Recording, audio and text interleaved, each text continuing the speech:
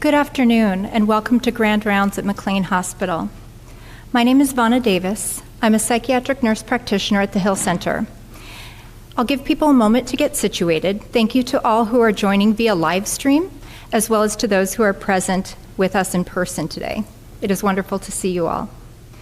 Please note that for the question-answer portion of today's Grand Rounds, we will be accepting questions from our on-site attendees only. If you have a question or comment, please raise your hand and wait for the microphone to reach you so that our virtual participants are able to hear your question. I'm delighted to have the opportunity to introduce Dr. Matt Robinson, who will be speaking with us today about social media and the rise of self-diagnosed dissociative identity disorder.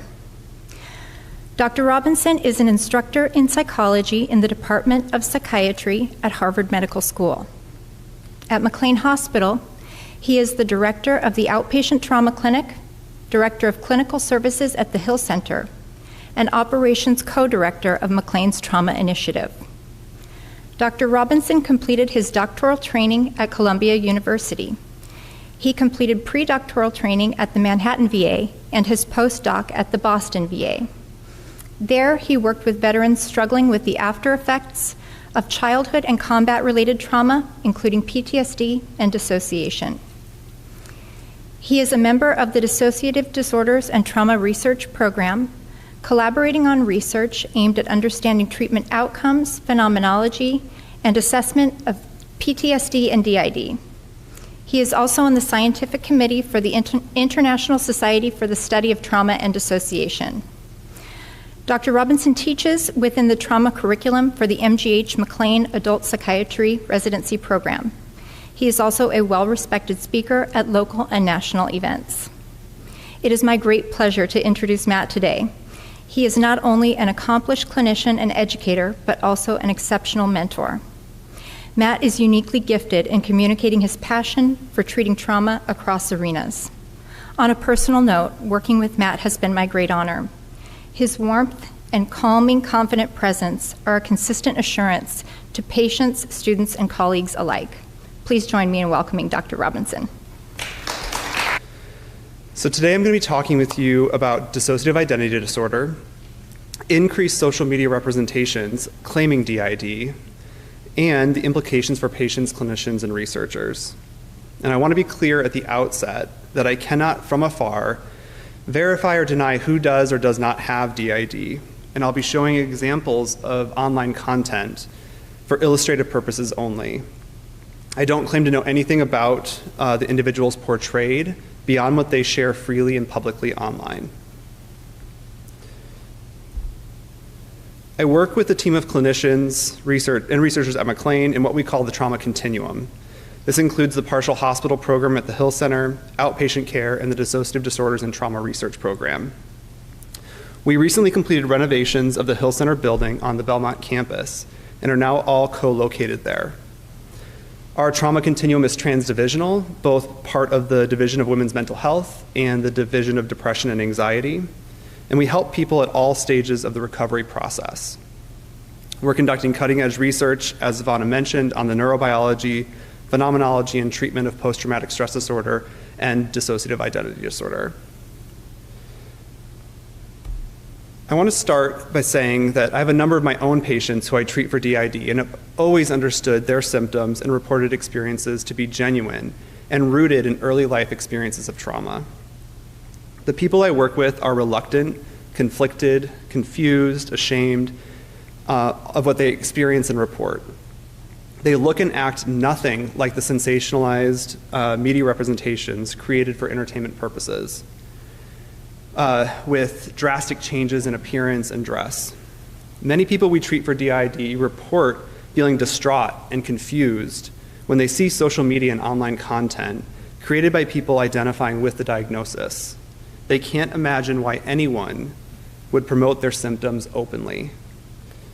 The daily struggles and symptoms they desperately try to keep under wraps are being displayed in social media content, often in fun, playful, and engaging ways. This does not make sense to them, and it further confuses their already confused and conflicted sense of self and deepens their sense of shame. In the following video, we see a partner guessing which part or alter is fronting, and I'll say more about those terms in a bit.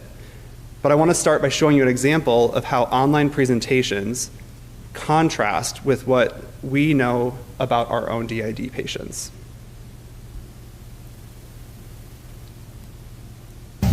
Who's fronting? Jay.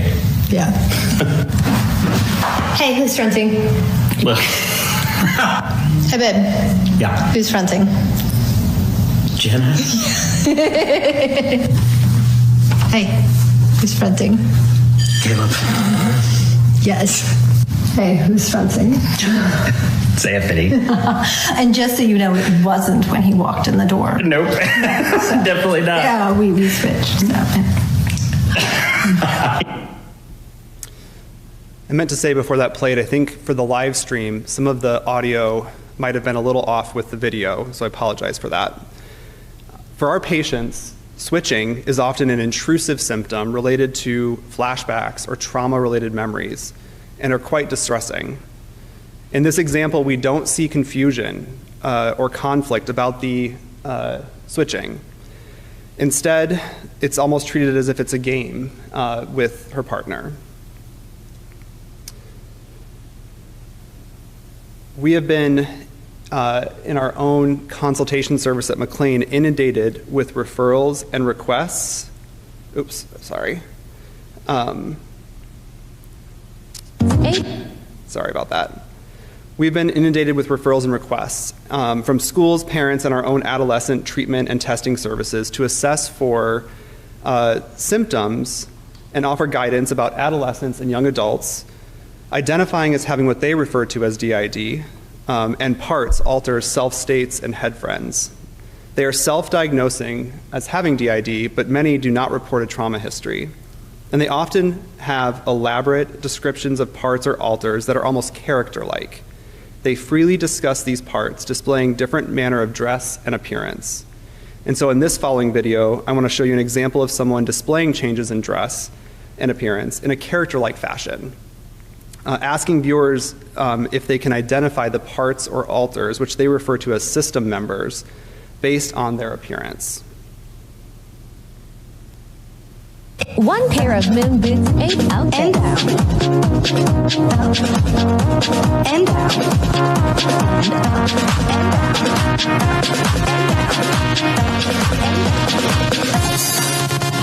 And down. One pair of moon.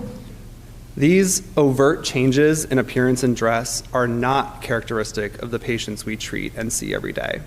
So how do we make sense of people showcasing overt changes in their hairstyle, tone of voice, appearance, dress, and role, when we know from years of clinical and research work that nearly all patients with DID are reluctant to discuss their symptoms and tend to feel ashamed and conceal what is happening for them? Do these social media content creators actually have DID?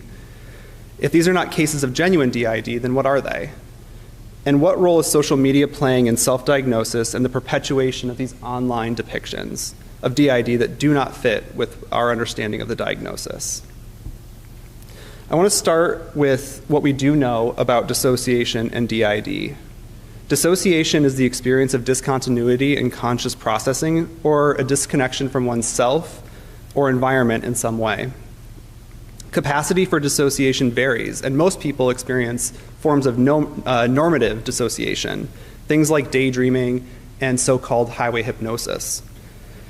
Trauma-related dissociation, on the other hand, develops to protect an individual from emotionally overwhelming trauma-related content. It serves to help a person shut off and compartmentalize what they are experiencing. DID is considered the most severe trauma-related dissociative disorder, and it's characterized by having recurrent gaps in memory and the recall of everyday events, important personal information, and even traumatic events from the past, and the experience of 2 or more distinct personality states, resulting in a significant discontinuity in one's sense of self and agency. These distinct states can include subtle alterations in affect, behavior, consciousness, memory, perception, cognition, and sensory motor functioning, so really almost anything.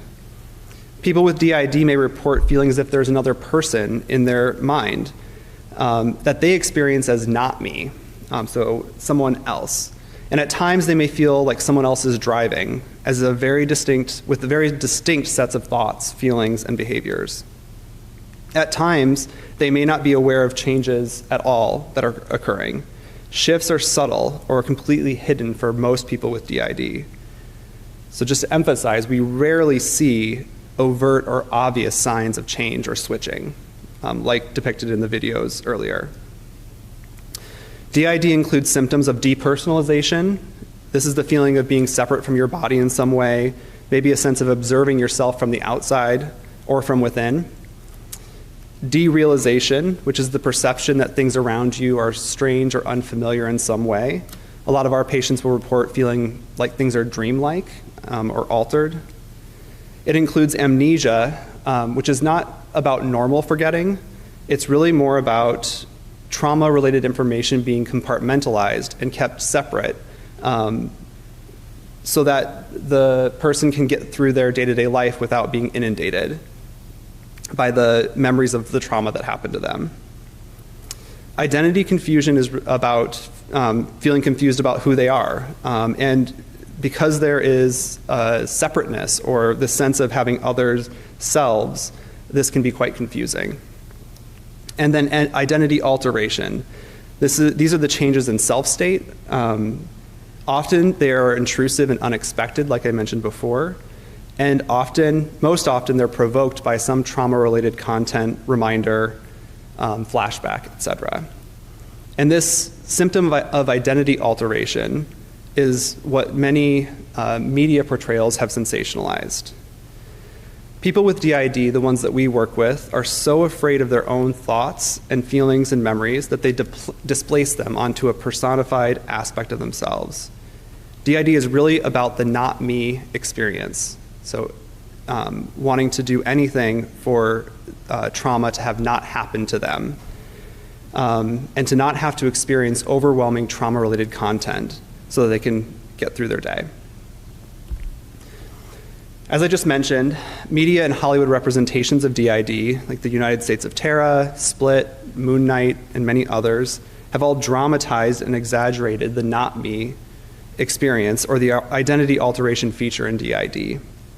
This has contributed to a great deal of misunderstanding and perpetuated many harmful myths about DID, including that people with DID might be dangerous, that they have the ability for extraordinary feats, that they have the potential for getting away with illegal activities, and that they may be unpredictable with wildly out-of-character behavior, and all of this would occur outside their conscious awareness.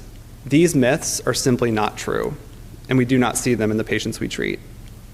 Again, our patients with DID most often experience identity confusion and alteration quietly, subtly. They don't want people to notice that something has shifted or changed for them. They report feeling confused by the changes, conflicted about owning, remembering trauma-related thoughts and feelings, and feeling afraid of the unpredictability of how they might feel in their body and interact with the world around them.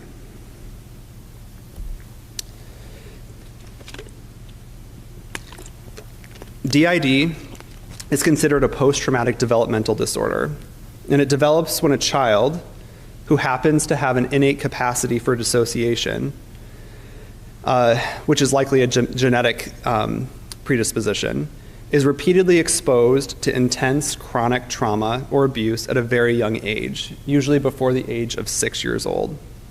With their child's mind and creativity and capacity for dissociation, and in the absence of nurturing and soothing adults that can provide restorative experiences for them, they begin to internalize aspects of their environment. We see kids anthropomorphizing objects, having conversations with stuffed animals they think of as alive and real, and developing imaginary friends who they play with and communicate with. We see this in children with normal development. And at this age, children don't know really that can't happen, that's not real. In DID, the same process occurs, and the process of personality and personality development is fragmented, and at times those fragmented parts are, again, anthropomorphized and personified, so that trauma experiences can be displaced onto something else and compartmentalized. For example, a child who experiences ongoing sexual abuse can think, it's too scary, it's too awful, it's too overwhelming and dangerous to know what's happening to my body. So they tell themselves, it's not me, I'm not the one being harmed. And this ability allows the child to get up the next day, go to school, go about their lives without being constantly inundated by trauma, and it helps them to stay in contact with the adults who provide food and shelter that they rely on for survival. It would be far too confusing and too difficult for a child to understand how the adult who provides that shelter and food is also the one who hurts them in unimaginable ways. And their survival depends on dissociation. The child's survival also depends on keeping this process hidden and out of sight. And so, as was once famously noted, DID is really a disorder of hiddenness, and that's true into adulthood, which is why it's surprising to see people online coming out or celebrating receiving the diagnosis, as is the case in this video. I just got diagnosed with dissociative identity disorder a few days ago, and I don't know how to tell people about it or come out about that. So I've decided to attempt to JoJo Siwa it. You know how she came out as gay by posting a picture in that shirt that said "best gay cousin ever"? Okay, so I'm at the superstore and I'm gonna get a cake. I'm gonna get a cake that also, this is inspired by Kai Robinson on Twitter, who had the congrats on the autism cake. I'm gonna get a happy DID diagnosis cake. Let's go.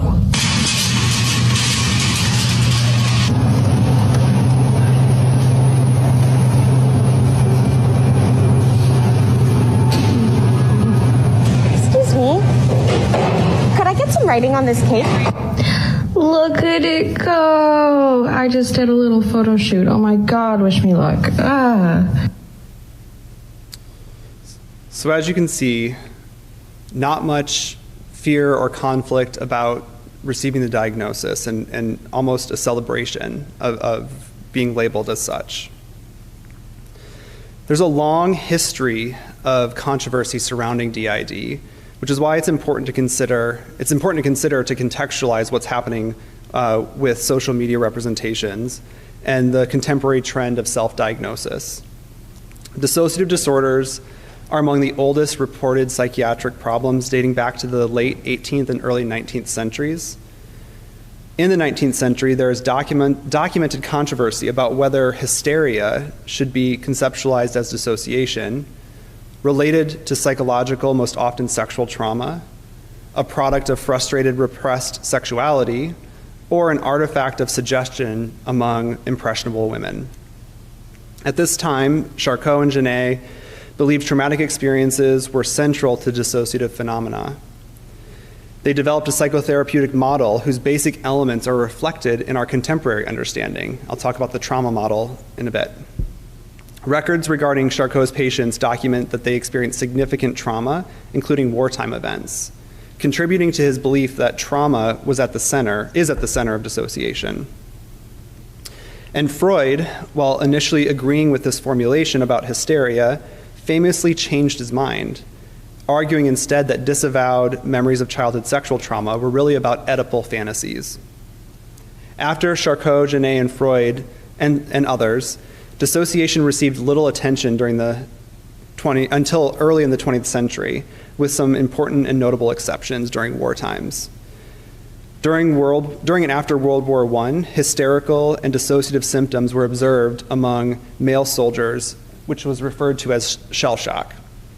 Dissociative symptoms continued to be observed and documented in every war since, all up to even today's conflicts.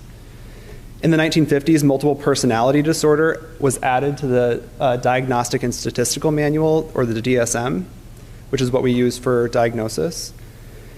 In 1960, there was a systematic psychiatric attention paid to childhood maltreatment, drawing attention to how abuse and trauma may contribute to dissociation. And feminist scholars, psychologists, and psychiatrists debunked the Freudian theory that reports of childhood sexual abuse were really about Oedipal fantasies. Both of these changes provided support for the belief that trauma experiences is what leads to dissociation. Publication of Sybil and the subsequent movie in 1976 drew attention and public interest in multiple personality disorder, resulting in more cases being identified and contributing to some skeptics' belief that social influence and contagion is at the root of DID.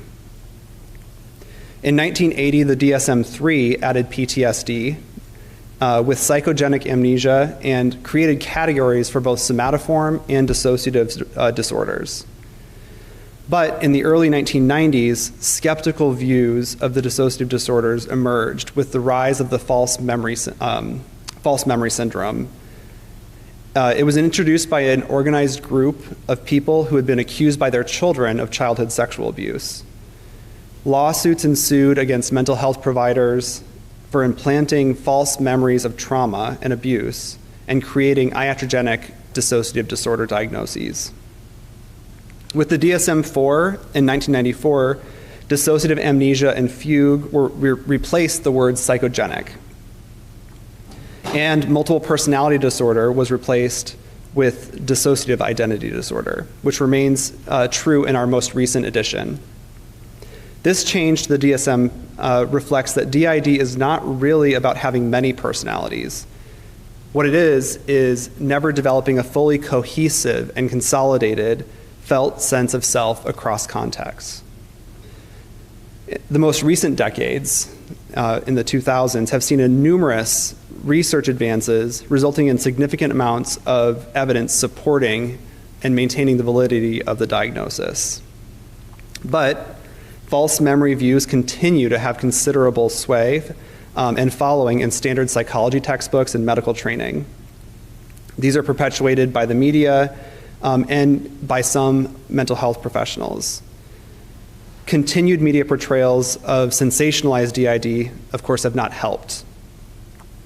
And the recent trend of self-diagnosis and advent of social media representations have continued the legacy of delegitimizing DID. And so still today, at the heart of this controversy are two models of dissociation. One that asserts DID is related to trauma and that reports of childhood abuse are genuine and true, and one that believes that dissociation and trauma memories are largely made up or false due to fantasy proneness and suggestibility. So the trauma model of dissociation holds that dissociation evolved as an adaptive aspect of humans' psychological and physiological response to threat or danger, which allows for automatic unconscious behavior, numbing of pain, and disconnection from traumatic experiences to make space for focusing on survival and one's immediate needs.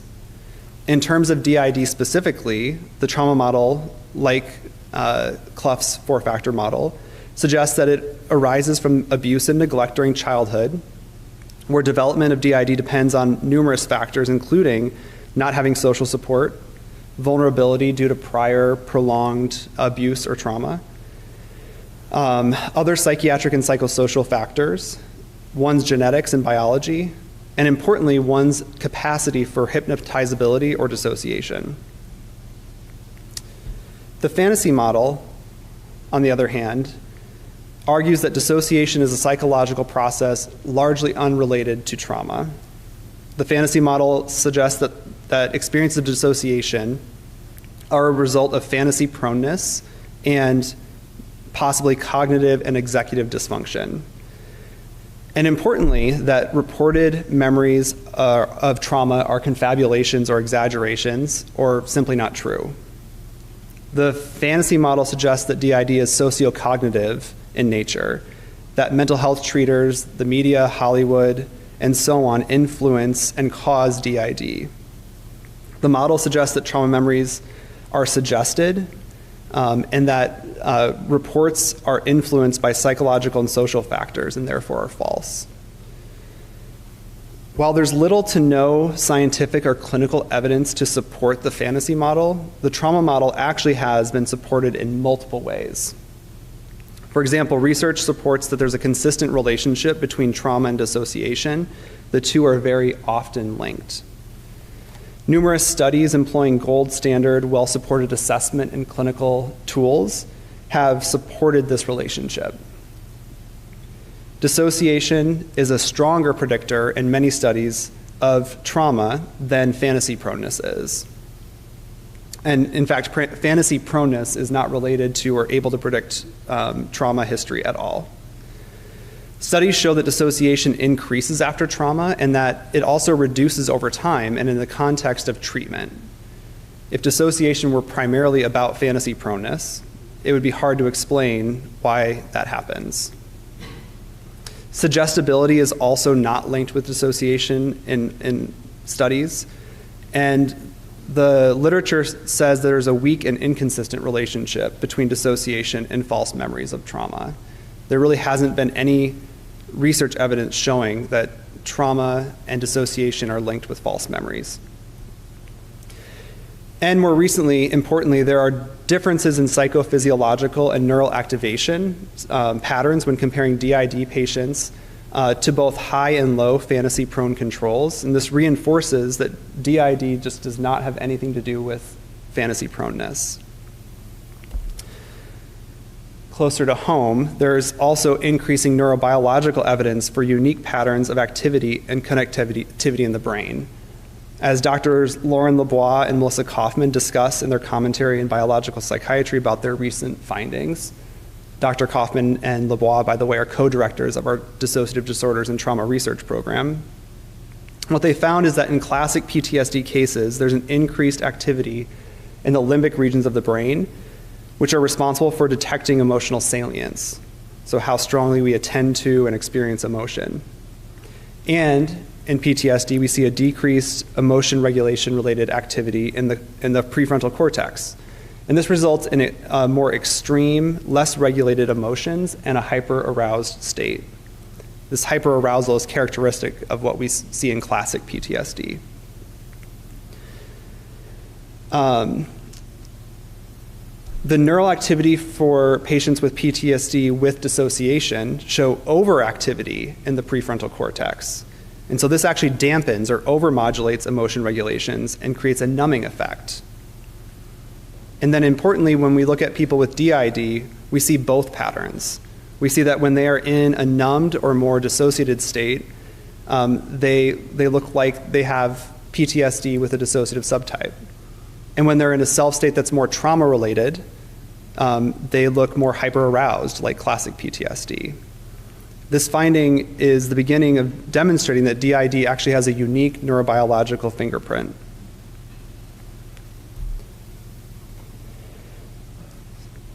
Social media and online platforms, including TikTok, YouTube, Instagram, and so on, have ballooned with DID-related content. Across these platforms, users with or claiming to have DID are making extremely popular content and attracting billions of views. They're creating distinct fandoms, communities, and subcultures. And the online content that they create usually arouses curiosity, surprise, humor, and disbelief. And while there's long been an online presence for DID, people identifying as having DID, these communities were somewhat niche. And social media platforms have changed that, reaching billions worldwide. And viewing or liking content related to DID means that people are confronted with more of the like. Additionally, COVID-19 and the pandemic has not helped by driving us all to spend more time online, especially youth. So young people that were used to gathering at school with friends were more isolated and sought out community and connection that they were missing online.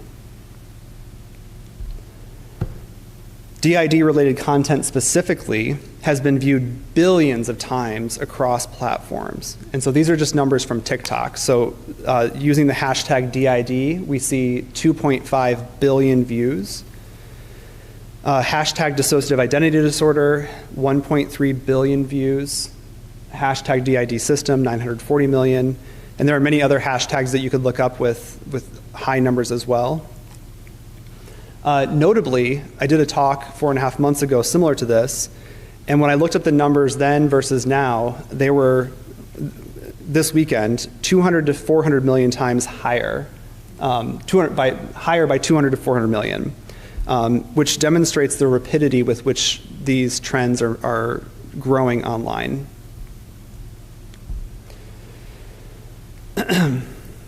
With the advent of the commercial internet in the 90s, evidence and information about DID has become widely and easily available, and it's created safe spaces and online communities for people who are trauma survivors, mental health consumers, clinicians, and researchers. And with vast amount of information, many of the misrepresentations and false claims about DID can be countered with true or good information.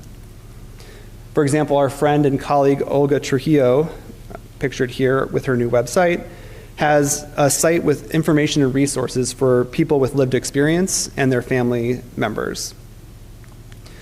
She also participated in McLean's Deconstructing Stigma campaign.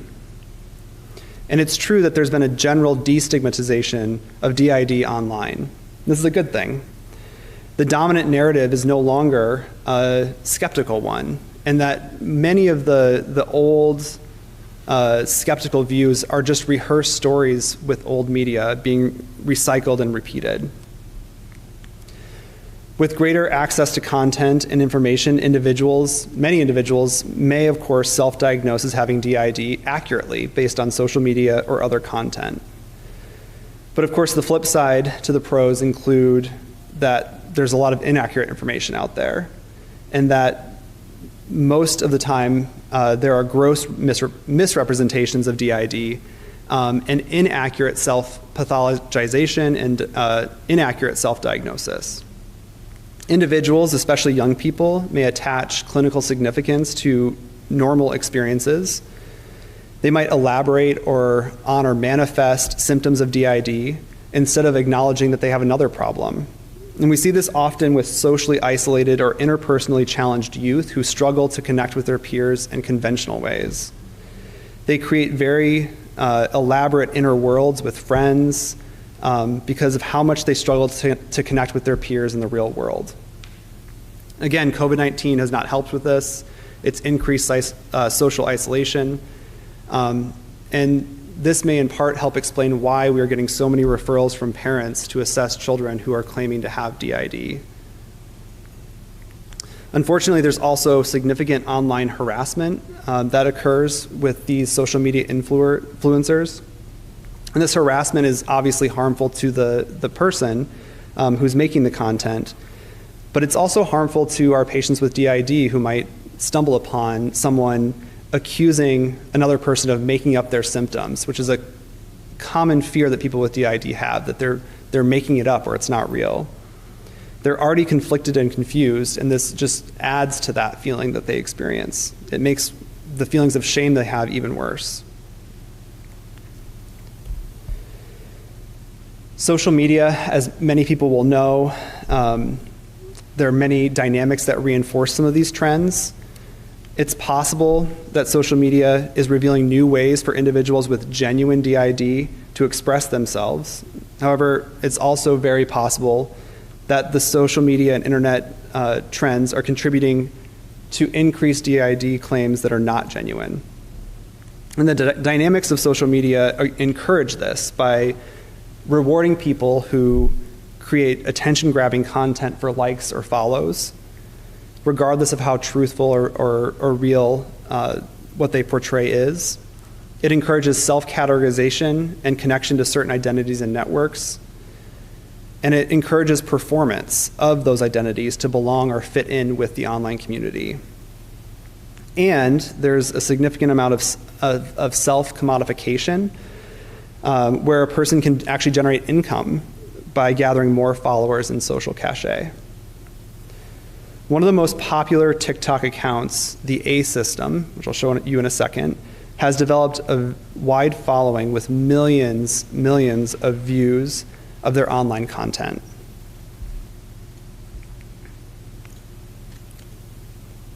The life of somebody with dissociative identity disorder. It's 8:30 in the morning. I'm pretty sure Asher woke up and got coffee and I just switched in. Hey, it's Art. It is 8:40. Asher was just out and then I switched in. Might as well get another cup of coffee. People always want to know how we know who switches in and switches out because we do have amnesic barriers. I am gatekeeper of the system, so I am able to keep track a little bit. It doesn't always work, especially with backup house alters, but I'm usually able to keep track of who was out. I just might not always know what they did. It is 9:30. We are going to play some Zelda with our son. It's Chris. It's about 1 p.m. I'm not entirely sure who's all been out, but we've been really switchy today. I'm going to have to ask Art because Art knows more than me. It's Alex. It's about 2 o'clock.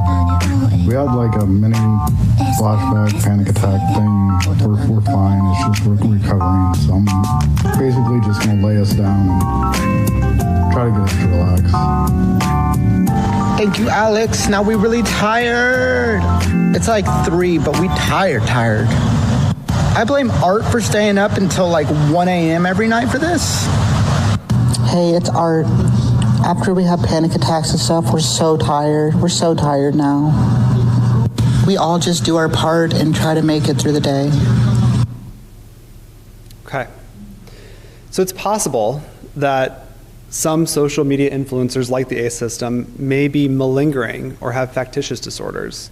Malingering is the intentional reporting of symptoms for some external gain, such as money, or reduced legal consequences. And factitious presentations are when the symptoms of an illness are present or falsely reported, but not just for external gain. Usually it's for being in the sick role in some way. On this slide, we see the online merchandise for the ACE, website for the ACE system.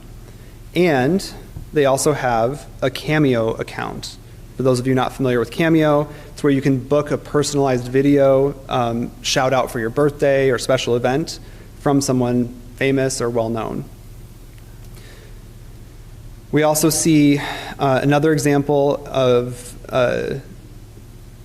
commodification of DID in this video, where the user has created bunny hats that she's often seen wearing, or they're often seen wearing online, created for followers to purchase on a newly created merchandise site. The bunny hats are system handmade for a recent shopper's stop. Like to party, like to party. Keep up. Like to party, like to party. Recycled fabric, super excited. Like to party.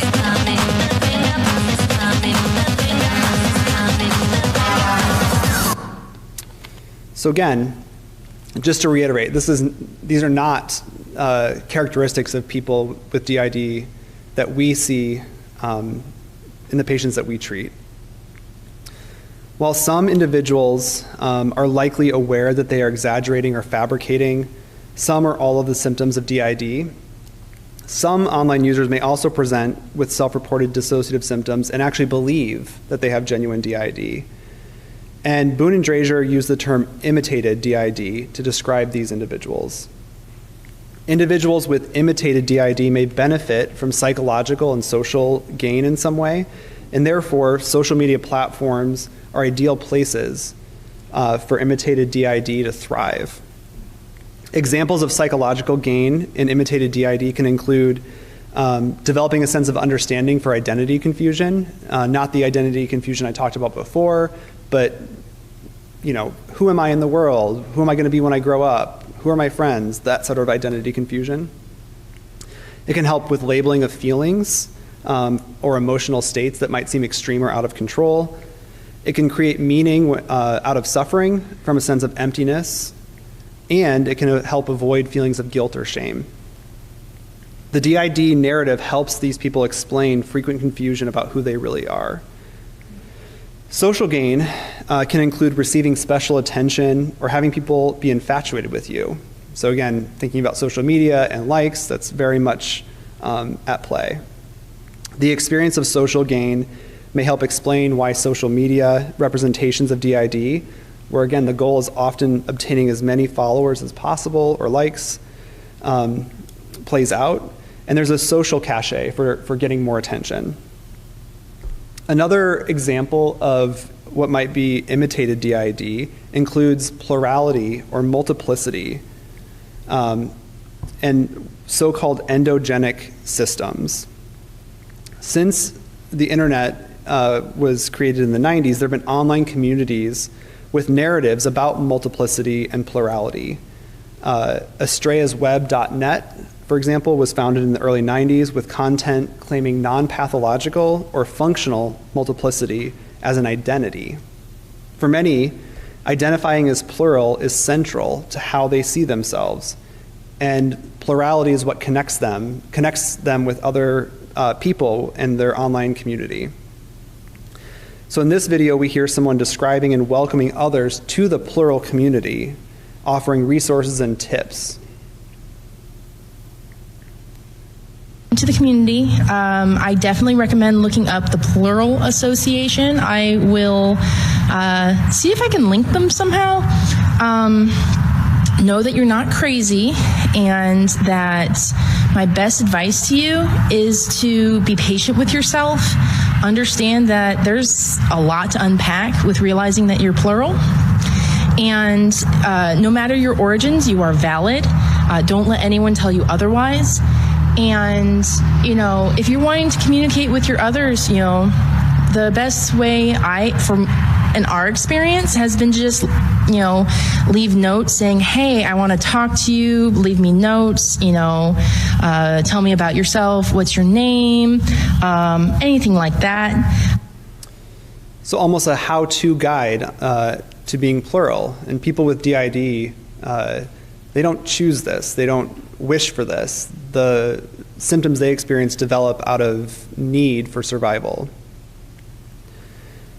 So some within the plural community identify as having non-pathological or endogenic multiplicity. I said that word before. And endogenic just refers to any development of multiplicity that does not have a trauma origin. Individuals claiming multiplicity often are creating very elaborate and developed parts that promote their plurality as a healthy way of their mind working. So it's an identity. Some people with plurality don't identify as having DID, but many, many, many do. And more work is needed to understand if these cases are genuine DID, imitated DID, or something else. Importantly, we do see differences between imitated DID and genuine DID. For example, in genuine DID, we see profound amnesia and identity fragmentation. Amnesia is for parts of one's childhood, but also gaps in memories for daily activities, recent events, conversations, and so on. We call these microamnesias. And again, amnesia caused by not wanting to be overwhelmed by trauma-related flashbacks or content that's happening throughout their day. They also experience in genuine DID a profound depersonalization and derealization, and that is often actively interfering with their ability to function. When interviewing and assessing patients with genuine DID, they are reluctant and ambivalent about disclosing trauma or their symptoms. And they often appear dissociative or spacey, distracted and inconsistent in their mood and thinking during the interview. With imitated DID, on the other hand, we often see profound identity alteration and switching. Switching is actually quite rare in the way that it's portrayed online, and it does not characterize most cases of genuine DID. I'm going to show you a couple of examples of dramatized forms of switching, what you might see online, which again is not characteristic of the patients we see and treat. And so Tommy sat back and waited. We had just pulled in at a store that we associate with trauma memories, so Tommy didn't want to go in. Starts dissociating. Josh and Matthew move closer to front. Tommy leaves front.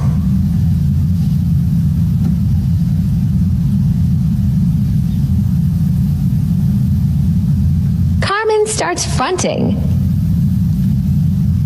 Tommy was trying to trigger Josh or Matthew out. Carmen grounds herself. This is an example of how we don't always know who is going to front. We felt a And another example. Coming on. I can feel it coming on.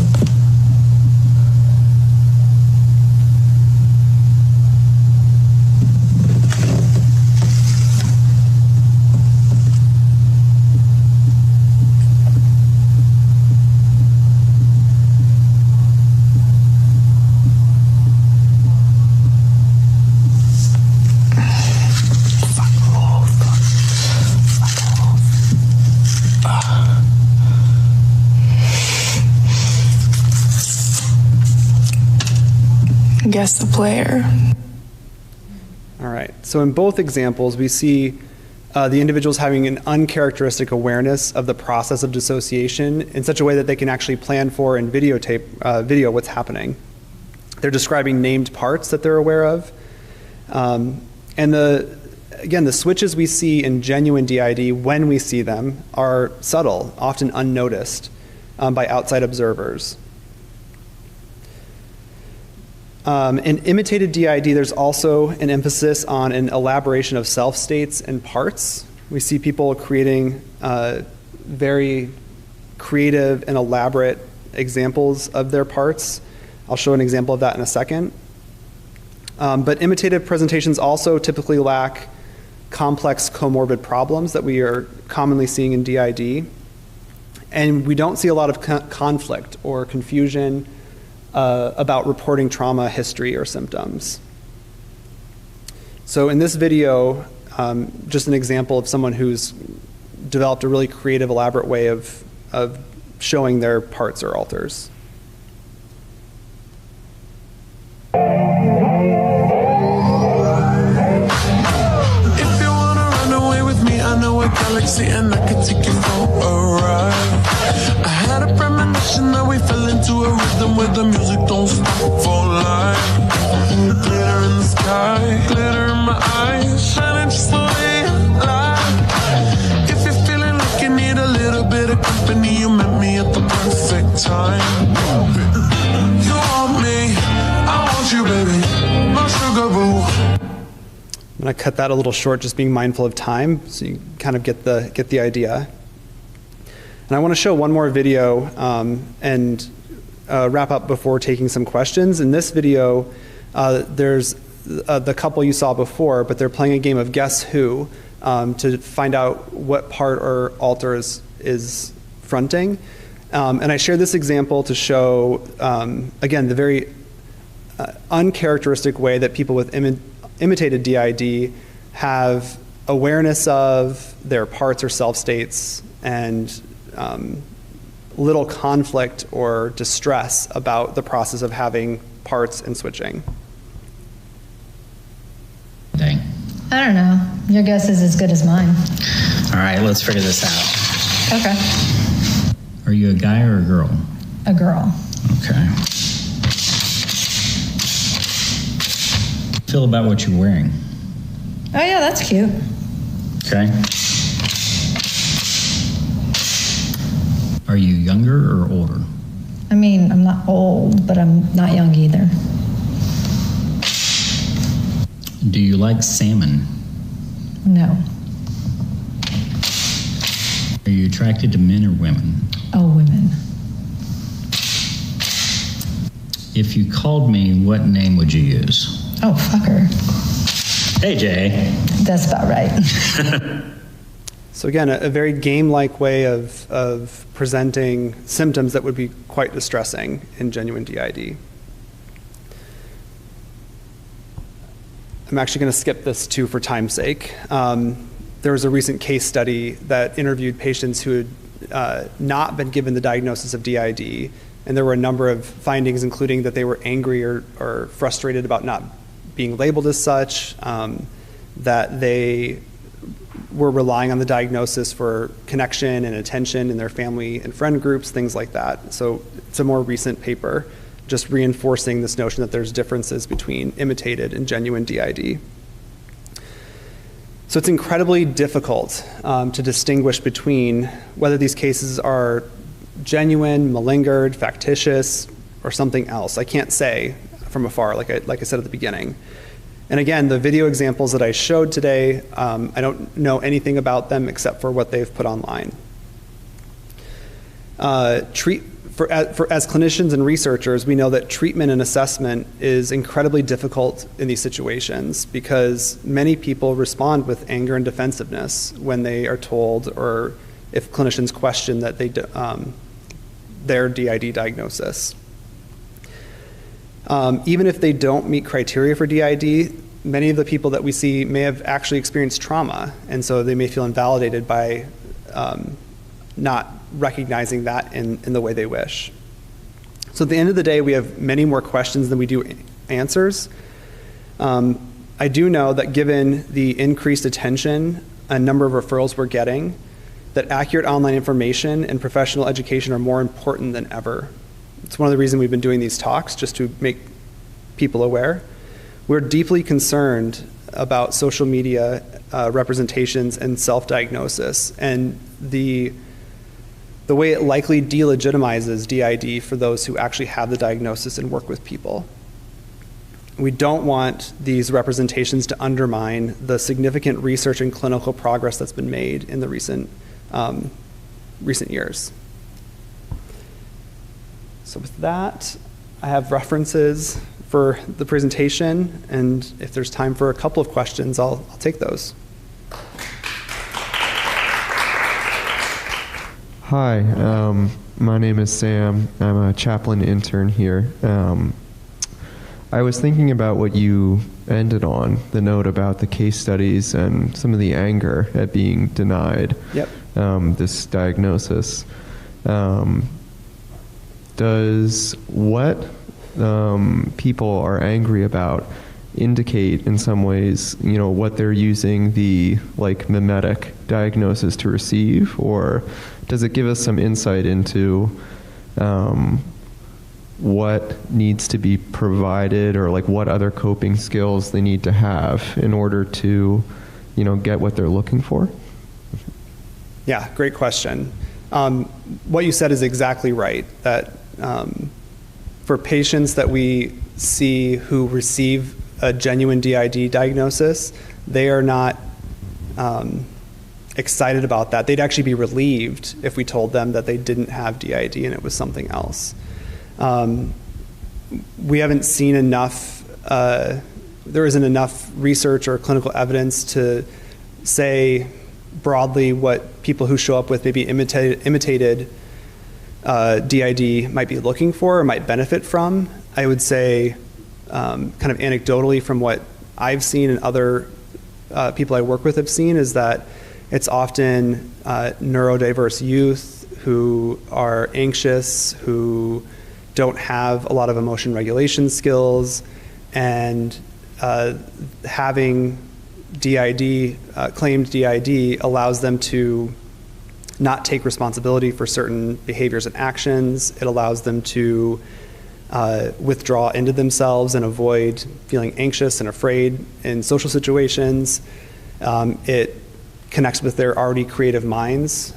So there's a lot of benefit for them to having DID, even if we know that that's not likely what's actually going on for them, and that they'd benefit from something like DBT skills or some treatment for anxiety and social anxiety. Thanks so much for just a really quite remarkable presentation, and just also bringing this forward for people who are not aware that this is happening on social media. And it definitely is a lot of food for thought in terms of what is happening right now for a whole range of people. And to build off of the previous question, for people who are experts in trauma, such as yourself and others within the programs, it does seem to me that it may be that you wind up having another population that is going to also need treatment. Mm-hmm. You have the population, as you say, where you're, who meet the criteria for DID as we understand it. and have had the types of serious early childhood maltreatment. But it sounds like there's now another population that's expanding and growing, to your point, that may be diverse in terms of what the motivating factors could be, including some form of trauma, and how now we consider how to actually approach, diagnose, and treat those individuals so that they can have, more successful function. So I don't know how you all are thinking about that, just given that you're already pretty stretched with what you're trying to accomplish. But I just wonder how you're considering that. Yeah. Well, I mean, we're getting requests all the time. And so, I mean, at this phase, it's conversations that we're having with each other and kind of wondering out loud what to do. It's a bit of a minefield given the existing controversy about DID, and then the online community is actually very intent on not having that identity taken away or questioned. So we did this presentation 4.5 months ago, and we actually had a bunch of people online make comments about the presentation, and they were quite frustrated and angry with the fact that we were questioning the validity. So a roundabout way of saying, I think people, even with a trauma history that are presenting in this way with imitated DID, probably don't need the types of classic trauma treatment that we offer, because they probably don't have PTSD and they don't have a dissociative disorder. So I think you're right, there's probably another cohort of people that need something, and it might be a combination of things that already exist, but it's not PTSD treatment in most cases. That we do know, or think we know. Thank you. Mm-hmm. Looks like we got maybe a minute, if there's, or less, for one more.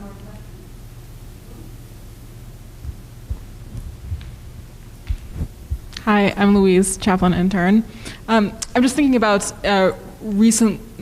perhaps not recently, but just this emphasis on social media of empowerment for people with mental illness, and so I'm wondering how people with DID, what healthy empowerment could look like on social media in a way that's not doing this, but also still affirming for people who want to. Yeah, that's great.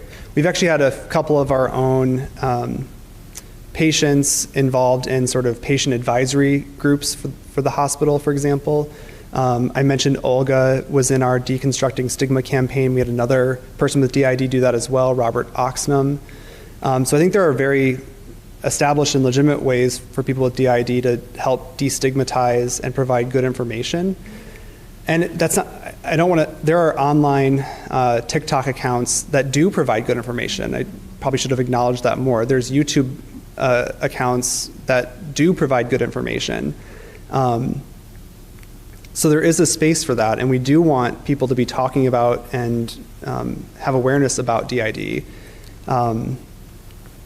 It's about, I think, doing it responsibly. And for our patients with DID, it's too distressing to have to sift through, like we can, like some other people can, to say that's probably not credible, that is credible. They're so anxious, afraid, and overwhelmed at baseline that much online content is just unhelpful. Yeah. Thank you so much.